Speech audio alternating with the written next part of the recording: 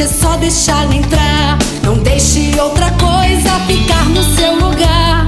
Abra bem a porta e diga: Jesus pode entrar. Seu coração é uma casa muito especial e nela só cabe Jesus e ponto final.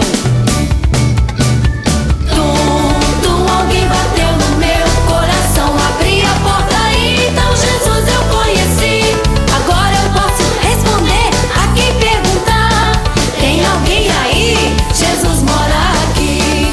Se você não conhece, hoje vou te apresentar. Seu nome é Jesus, pergunta, pode entrar. Ele é o Filho de Deus que pode alegrar o coração que está triste, é só deixá-lo entrar. Não deixe outra coisa ficar no seu lugar.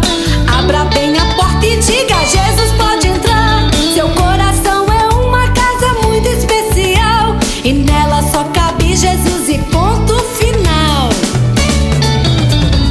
Quando a tristeza quiser entrar, não vai conseguir. No seu coração não tem lugar, Jesus já mora aí. E se quiser, ele vai entrar no seu coração. É só você convidar e Jesus vai entrar. Agora é hora de convidar Jesus para morar no seu coração. Você quer? Então ore comigo. Senhor Jesus, eu te aceito como Senhor e Salvador da minha vida. Venha morar no meu coração, perdoe os meus pecados, em nome de Jesus, amém.